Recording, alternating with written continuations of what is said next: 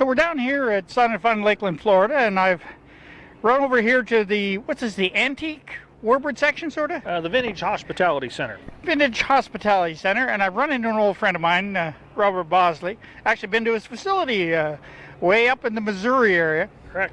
Robert, you and I have been doing this for, what, going on 24 years now? I think this is our 27th year here. 27th year. Yep.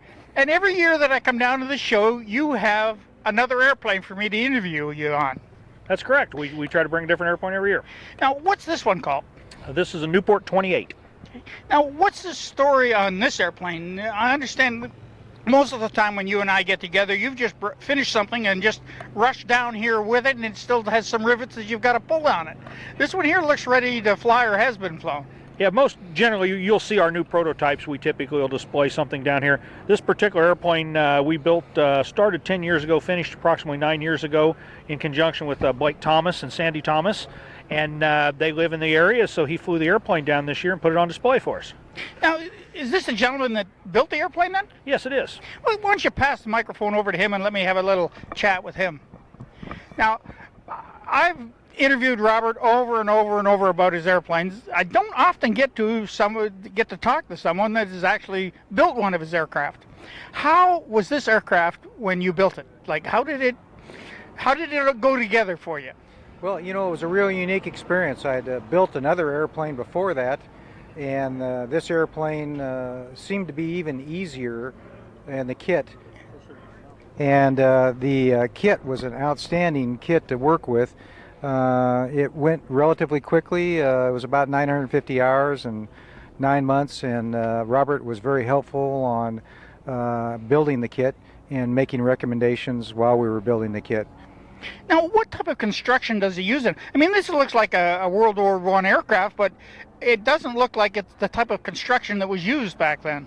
Well, it really wasn't. Robert's done a really good job here of melding modern building techniques and materials into an aircraft that looks like a World War I aircraft. So the innards of this airplane are a modern, safe aircraft, while the outers look like a World War I aircraft. So it's really a pleasure to fly, too.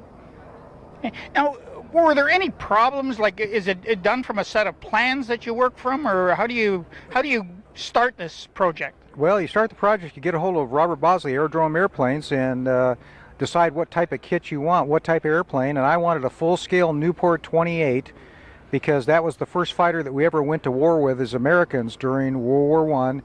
And during the Gulf War, I was a fighter pilot in the 27th Squadron, which flew that airplane. It's what's the markings that are on this airplane right now.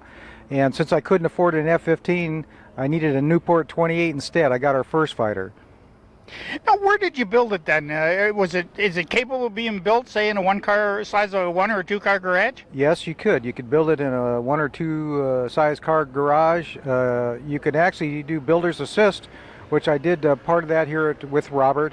In Holden, Missouri, and that was a great experience because if you have a question, he's right near you, he can answer it. He's the guy that designed the airplane.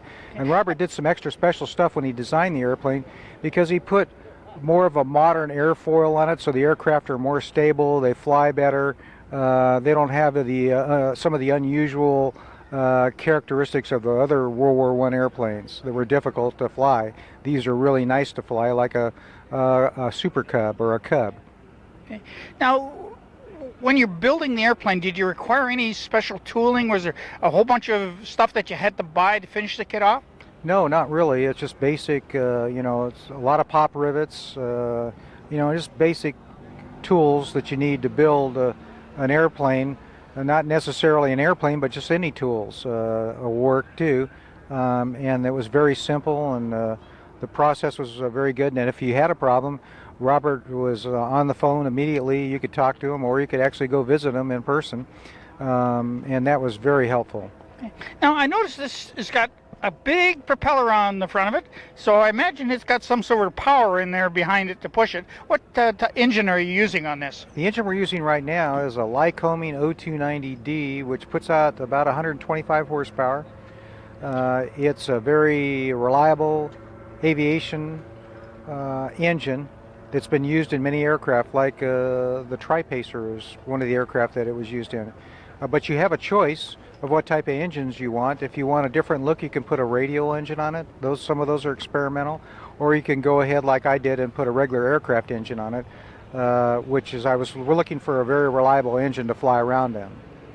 And what kind of money would you have tied up in this whole kit with the engine and everything ready to fly? Well, normally the kits run less than about $15,000. An engine runs around that same area, between $10,000 to $15,000. Prop, that type of thing, and other things. So you're looking at between $35,000 to $40,000, and it's a single-seat aircraft. But he also has a two-seat aircraft that my wife and I had the opportunity to build, and it's about the same price too. Yeah. Now, what kind of performance are you getting out of this airplane then when you're flying it? I'm getting very close to the original performance, even with the modern airfoil on it. The speeds are relatively close. In fact, this airplane is about 2 miles an hour faster than the original airplane. It cruises about the same speed. So a lot of the performance is similar, except it's a much more reliable platform. Now, I notice you've got some decorations on here, machine guns and stuff like that. Is this something that you had to source out to put on there? Well, actually, Robert Bosley can actually sell you those type of machine guns and for your aircraft, depending on what aircraft you've selected, or you can find them, out in the market where other people have developed copies of those type of machine guns, depending if you pick a German airplane or an Allied airplane. So those are available if you want to make the aircraft look as realistic as possible. So you've got this airplane up and flying now then. Have you made any trips with it at all, or is it all just around the patch? We sure have, Dave. We actually took the airplane from Houston, Texas to Dayton, Ohio for dawn patrol, and that was a 16-hour flight total. That took 2.5 days, cruising along at about 75 to 80 miles an hour, and around 1,000 to 3,000 feet.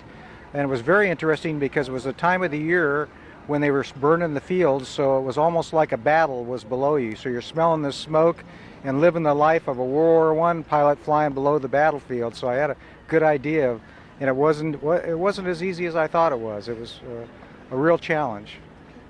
Yeah. Well, thank you very much for your time. If you could give the mic back to Robert here. Thank you, Boyd. So, Robert, how many aircraft do you have in your stable now? We currently have 26 different models available in kit form. Now, are any of those, say, in the ultralight category? Yes, we do. We actually have got the Dream Classic, the Dream Fantasy, and then we have one of our ultralights, the Eindecker E3 qualifies in the ultralight category. And what kind of money would somebody have tied up in them ready to fly? The little Dream Classic kit sells for $39.95. The Eindecker sells for $54.95, and typically you'd have another $4,000 to $6,000 in the engine, instruments, and prop if you bought new stuff there. Now, what type of construction? Like, everything's hidden in this airplane, so we can't see it. But what kind of construction do you use in these kits? I mean, they're all basically the same. Correct. Yeah, all of our aircraft have probably better than 80% common parts. It is aluminum tube and gusset rivet construction, gusset technique. Spars are round tube. Just pretty much conventional construction we've been using, for well over 20 years now. So, if somebody wanted to get one of these kits and get it in the works, so what's the easiest way to do it? Just give me a call at Airdrome Aeroplanes or visit our website. Give me a call if you have any questions on airplane. I'd like to sit down and visit with you. Maybe we can help you build an airplane. Okay. Now, you're probably going to Oshkosh, and you're going to bring something new there for me? We will. Yes, we are. Thank you very much for your time then, Robert. Thank you. Have a good day.